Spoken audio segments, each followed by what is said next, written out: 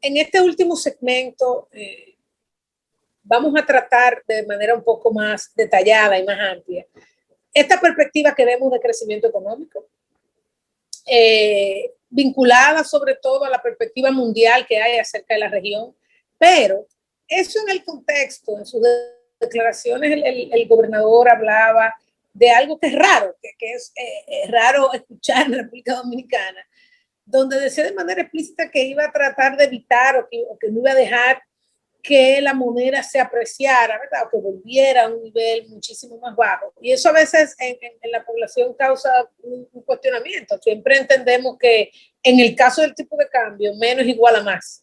Mientras más bajito el tipo de cambio, hay un mayor nivel de bienestar.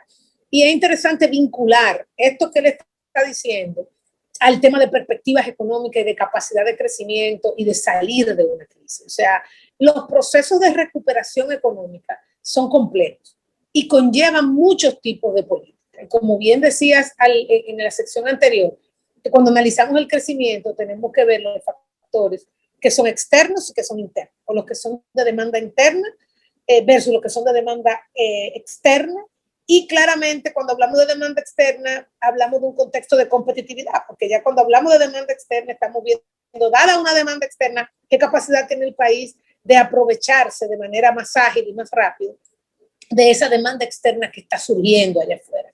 Y al mismo tiempo, cómo esos sectores económicos le damos, existe el contexto de políticas económicas, no solamente para que haya un crecimiento que se vea en mayores retornos empresariales, sino también un crecimiento que se vea en mayor empleo y mayor generación de ingresos de la población.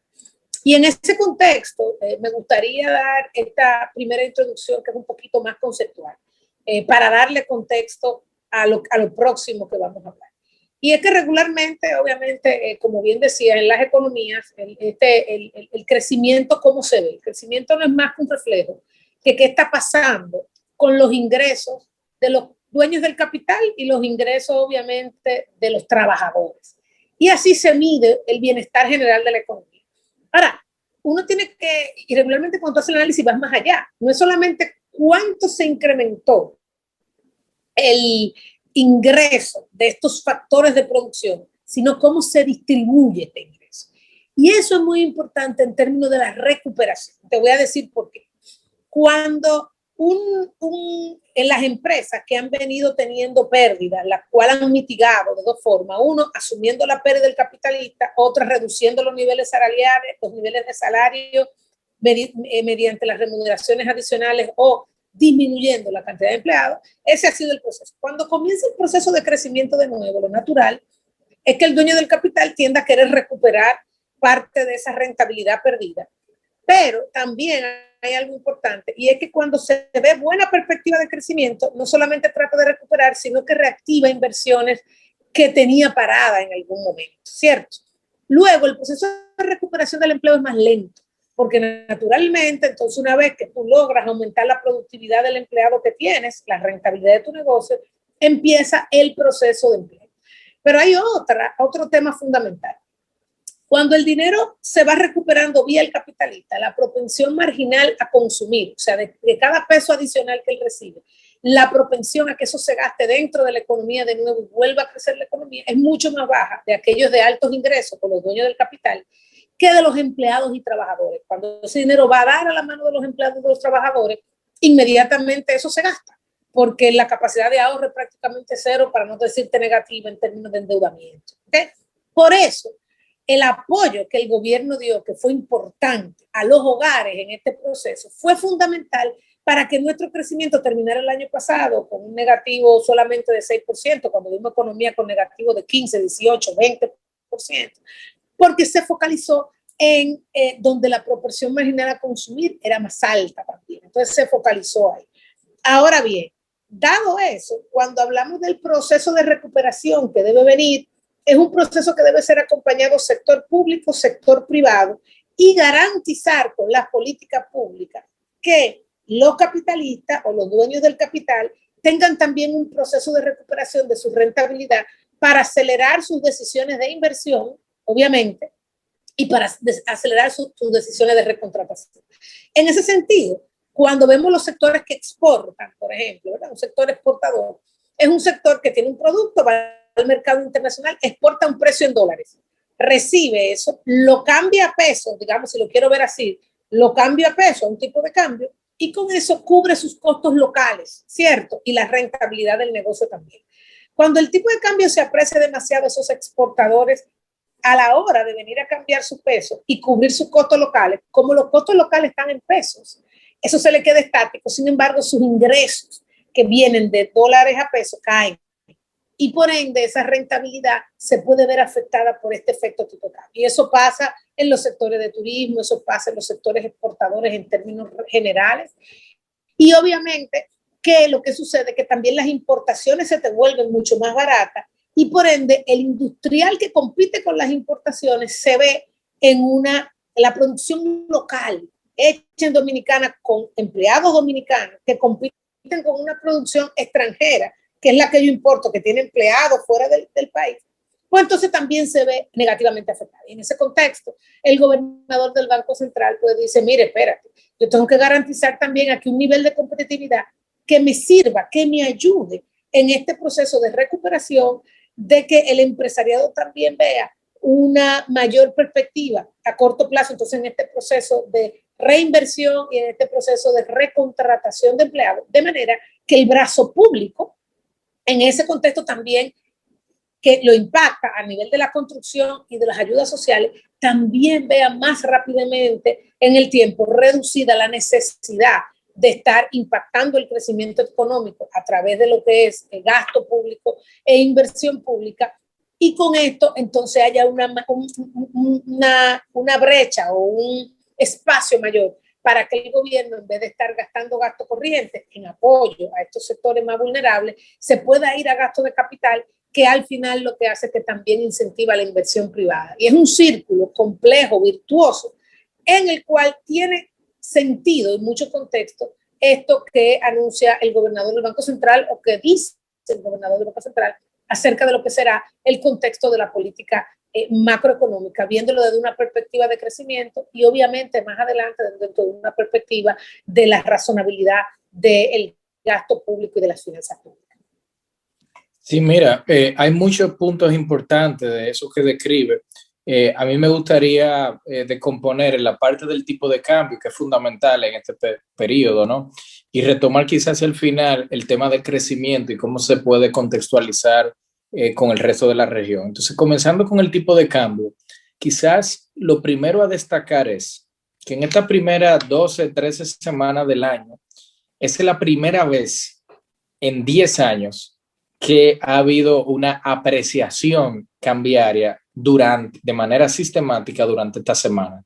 Todos los años anteriores, siempre la primera semana del año, si bien podría haber una, dos, donde quizás se materializaba un periodo de apreciación, no de una manera sostenida y consistente como se ha visto. Y como bien mencionabas al principio, esto ha llamado a sorpresa a muchas personas que no estaban acostumbradas necesariamente a esto en República Dominicana.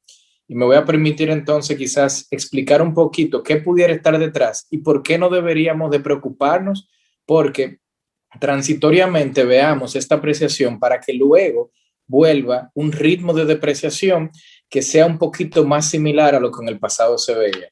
Y para ello quizás recordar el episodio de mayo del año pasado, entre abril y mayo del año pasado, justo ya cuando se tenía aproximadamente un mes de las medidas anunciadas, el tipo de cambio comenzó a incrementarse a una tasa históricamente alta. Cuando digo histórico es que no había ocurrido desde los eventos de la crisis financiera doméstica y llegó a estar la depreciación en cerca de 15% interanual de mayo a mayo, y esto continuó durante algunos meses. ¿Qué pudo haber estado explicando ese incremento del tipo de cambio? Pues fundamentalmente había una ausencia de divisas que tradicionalmente tenía la economía dominicana, el turismo, por ejemplo, el sospechoso principal, pero también había un elemento especulativo cuando las personas, los agentes que tienen pasivos y o activos en dólares y que tienen que tomar decisiones también que afectan su flujo y no tienen claro hacia dónde se va a encaminar la moneda, pues Los economistas le llaman a esto que a veces tienen una sobrereacción sobre el nivel en el que estaría el tipo de cambio. Pero fíjense qué curioso, en la medida en que primero el gobierno, como también mencionaste, intervino, por un lado Banco Central introduciendo reservas y por otro lado Hacienda haciendo emisiones históricamente altas y atrayendo en ese sentido divisas, pudo calmar el mercado cambiario y pudo controlar, si se quiere, esa sobrereacción que se materializó. ¿Qué quiere decir esto?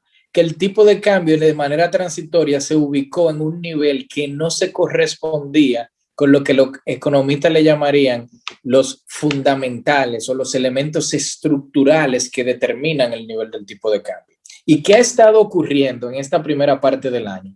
Pues tenemos una oferta de divisas bastante incrementada, producto de el aumento de las remesas, producto de un incremento por la demanda de nuestras exportaciones, producto de unas emisiones públicas que incrementaron la disponibilidad de divisas del gobierno, pero esta oferta de divisas no se vio compensada por una demanda de divisas, producto de, por ejemplo, las importaciones cuando la economía va creciendo. Y esto ha hecho que de manera transitoria el tipo de cambio haya tenido que ajustarse, similar a lo que ocurrió en mayo, pero invertido. Es como que ahora, en lugar de haber una sobrereacción, lo que tenemos es lo contrario. El Banco Central lo que está haciendo en ese sentido es ajustando la moneda a este nivel fundamental. Por supuesto, no puede mantenerse apreciándola de manera sostenida por debajo del nivel que implicaría un equilibrio para el sector exportador e importador, para también el sector turístico que mencionabas, porque podría implicar una redistribución ineficiente de los recursos de la economía. Recordemos que en el caso del sector turismo, por supuesto que los ingresos de ese sector están afectados por todo lo que tiene que ver con la divisa, pero en el caso de los importadores es exactamente lo opuesto. Entonces, cuando ocurren estas correcciones cambiarias o de algún tipo de precio en la economía, ya sea la tasa de interés, ya sea la inflación, siempre van a haber ganadores y perdedores dentro de esa redistribución. Lo que no puede ocurrir es que las autoridades permitan que ese ajuste sea más allá del normal, es decir, no intervenir durante una sobrereacción, como tampoco pudieran no intervenir durante una subreacción, que es lo que está ocurriendo ahora. Entonces, en ese sentido, pensamos que las autoridades se han manejado de manera prudente y adecuada y no debería llamar a sorpresa que en la medida en que la economía continúe recuperándose y la demanda de divisas, sobre todo proveniente de las importaciones, aumente, pues provoque que el tipo de cambio nueva vez comience a depreciarse. ¿Cuánto se estaría depreciando? Quizás no el nivel de 3.5% que promedió en la década pre-COVID, porque en ese momento teníamos un sector turismo robusto y creciendo en ausencia de una crisis. Como tenemos un sector turismo que se va a tomar un tiempo para recuperarse, pues esto ameritaría que el nivel de depreciación cambiaria sea ligeramente mayor que lo que se veía en tiempos anteriores a COVID. ¿Cuánto es este nivel? Pues pasaríamos de un 3,5 a cerca de un 4,5, que es lo que han anunciado las autoridades vía su marco macroeconómico publicado la semana pasada. Entonces esto más o menos explica un poco la dinámica cambiar y por qué no debería ser motivo de preocupación una vez se entienden los fundamentales detrás de estas políticas. Y ahí, y tomando eso que dices, Raúl, entonces me gustaría poner en contexto cómo este crecimiento podría verse a corto o mediano plazo reflejado en los ingresos fiscales, en las mejoras de las finanzas públicas, que obviamente han sido muy impactadas en todo este proceso, porque como tú dices, se va a recuperar la demanda, pero también se tiene que recuperar la demanda pública o el gasto público o una redistribución de este gasto público, ¿cierto? Pero si este crecimiento impacta positivamente los ingresos fiscales y sobre todo tras los recientes informes de riesgo país, que voy a hacer un paréntesis, y es interesante ver cómo en los últimos 12 meses ha ido mejorando cómo nos ven, aunque ven igual que los fundamentos y los problemas fundamentales siguen ahí, como el tema de la deuda pública, como el tema del déficit fiscal, como el tema de la presión tributaria, sí resaltan cómo este choque le ha dado mucho, cómo el enfoque de las políticas públicas y la estructura económica dominicana, porque no lo podemos dejar de lado, la diversificación de la economía, ha puesto en relieve todavía más la capacidad que tiene República Dominicana de recibir choques externos como este, que fue un choque transversal, y de salir airosa o menos impactada que otras economías, lo cual eso es un punto muy positivo. Entonces, en este proceso ya de recuperación, ya tenemos que comenzar a pensar en esos factores fundamentales. En esos factores, como dice la calificadora de riesgo, muy bien, están saliendo de ahí, pero los factores fundamentales siguen ahí. Y obviamente que el mayor crecimiento nos va a impactar positivamente el lado del ingreso, pero quedan los retos por el lado del gasto y por el lado del déficit estructural de la economía y de las noticias que hay que comenzar a dar una vez pasado este trago amargo o pasando una mejor etapa de este trago amargo de la pandemia y sus efectos, cómo ya tenemos que comenzar a hablar de los temas fundamentales, y dentro de esos temas fundamentales están todo el set de reforma, pero sobre todo el impacto que esto ha tenido en acelerar la importancia de una reforma fiscal que permita un acompañamiento del sector público a través de un gasto público robustecido en los próximos 2 años para de verdad poder decir que salimos de una crisis real en la economía dominicana, de una alianza, entre una alianza importante de las políticas públicas, la reforma económica y por ende la capacidad del sector privado de seguir recuperando la economía. Mira, así es. COVID tiene de interesante, si se puede decir esto, que fue una crisis global a la que afectó a todos los países al mismo tiempo. Normalmente las crisis tienden a ser regionales, se ubican en momentos distintos del tiempo, entonces es raro encontrar un evento que le dé a todos por igual y al mismo tiempo. Entonces, sin duda, para conectar con lo que mencionabas sobre la calificadora, Dominicana pudo hacer una exhibición de su resiliencia, sobre todo por la diversificación, por un lado, de su economía.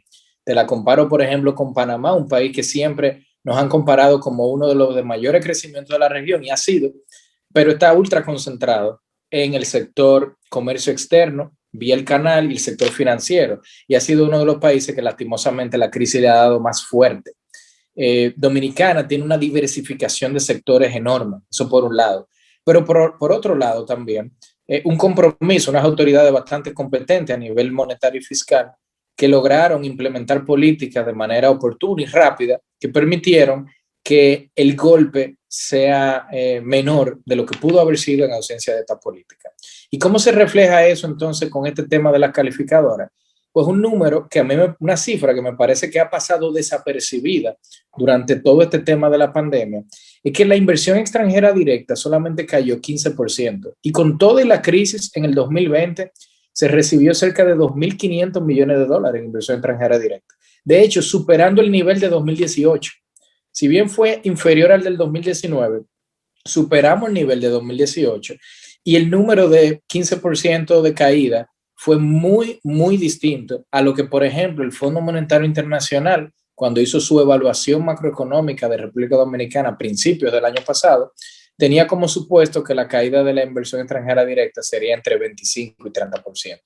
Entonces, en ese sentido, yo diría que Dominicana ha sido muy bien vista desde el punto de vista de la calificadora y de los inversionistas, y por eso siguen apostando. Ahora, ¿de qué depende que esa apuesta se mantenga, que esas calificaciones y esa narrativa de Dominicana pueda continuar en el tiempo? Pues de que Dominicana pueda implementar los ajustes necesarios para retornar algunas métricas importantes para medir la salud de la finanza pública, sobre todo a los niveles, quizá no necesariamente pre-COVID, pero por lo menos que superen la comparativa internacional. Y me refiero al endeudamiento público y al déficit.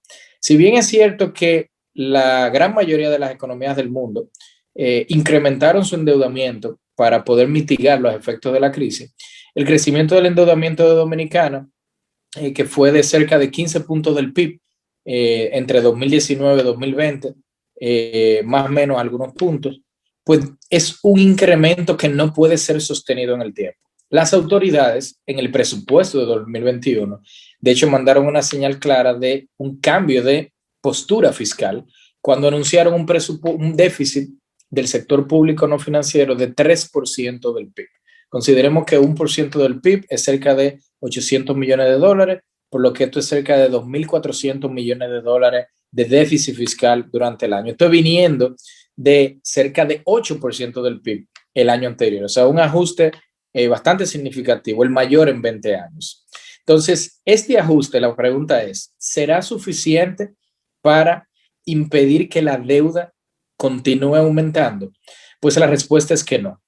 Con todo y el ajuste tan significativo que implica el presupuesto para 2021 de cumplirse, la realidad es que la deuda continuaría creciendo. No crecería a los niveles que vimos el año pasado, ni cerca, pero estaría todavía creciendo, quizás razón de medio punto del PIB, un punto del PIB todos los años. Y esto es justamente una métrica, entre otras, que las calificadoras y los inversionistas van a estar evaluando y comparando con el resto de los países con los que competimos, sobre todo en los mercados de deuda. ¿Qué yo esperaría ocurre en la segunda mitad del 2021? Que países como Colombia, Brasil, Perú, Chile anuncien programas de reformas fiscales para ser implementados en 2022. Algunos serán más graduales que otros, pero todos van a ir alineados a volver a recuperar la salud de la finanza pública, la sostenibilidad fiscal que algunos de esos países ya sí tenían previo a COVID. ¿Qué ocurrirá con los inversionistas y las calificadoras de cara a estos desarrollos que entiendo van a estar ocurriendo en la segunda mitad del año? Van a comparar el anuncio que haga República Dominicana en cuanto a magnitud, qué tan ambicioso va a ser el programa, pero también en la capacidad de ejecución que tenga el gobierno de implementar. En el caso puntual del presupuesto de 2021, sí tenemos que reconocer que hay un punto fundamental para llegar a ese número de reducir de casi 8 del PIB a 7, y es todo lo que tiene que ver con los programas de subsidios, que en principio se entendía que iban a estar eliminados, pero producto de lo que ha sido todavía los efectos dañinos de la pandemia, han tenido que mantenerse. Entonces, hay un comentario muy importante y es cómo estos programas han ayudado a que el empleo o el desempleo, mejor dicho, no se dispare más allá de unos niveles manejables, pero justamente porque estos programas están siendo aplicados. Yo esperaría que las autoridades quizás reconsideren durante el año y lo extiendan, no necesariamente en el mismo nivel. Ya hay sectores, por ejemplo, energía, comunicaciones, salud y agropecuario, donde quizás podrían ya desmontarse porque son sectores que han demostrado que han podido crecer durante la pandemia. Algunos que no habían crecido ya están recuperados y quizás lo que se podría hacer es una redistribución de estos recursos y reducirlo gradualmente hacia sectores como hoteles, bares y restaurantes, donde todavía falta un tiempo para que se materialice el crecimiento. Entonces, en ese sentido, el anuncio, el diseño de una reforma para este año y la implementación el año que viene sería fundamental, porque de no hacerlo, probablemente las calificadoras, los inversionistas ya van a comenzar a ver que países de la región entonces se nos adelantaron de cara al ajuste. Y aquí lo importante siempre es, de cara a los inversionistas, que haya una narrativa de parte de las autoridades de por qué están implementando la política que implementan y si es que estas políticas son o no sostenibles en el tiempo. De hecho, Raúl, como parte de una eventual reforma fiscal, es importante destacar temas que son particulares a una reforma fiscal realizada en este momento. Como tú dices, los países van a estar diciendo, mire, esta es la reforma que voy a comenzar a implementar en el año 2022. Quizá para algunos sectores la reforma arranque en el año 2023. Va a ser asimétrico en cuanto a los sectores que impacta esta reforma. Pero como tú dices, lo importante es dar ese mensaje. Lo importante es decir, hacia dónde vamos. Y yo creo que eso es parte de lo que hay que decir. No es solamente que el año 2022 va a ser mejor, no, puede ser hasta un déficit fiscal mayor, pero con una estrategia establecida a nivel de una buena reforma fiscal, que como tú bien dices, de un banderazo para una reducción del riesgo país, para la reducción de los retornos esperados en un país como Dominicana y ciertamente para la atracción de nuevos tipos de capitales que quizá al riesgo país que nosotros teníamos no éramos considerados como un país para su inversión, porque hay portafolios que definen cuáles son estos temas de inversión.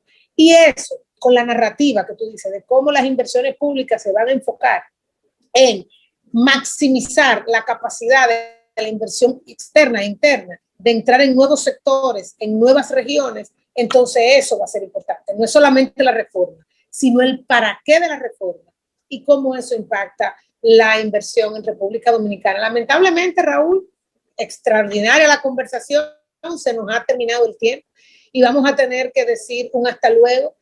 Agradecerte tu participación, como siempre, interesante, educativa, completa. Y nada, pues nos vemos la próxima semana en otro nuevo tema.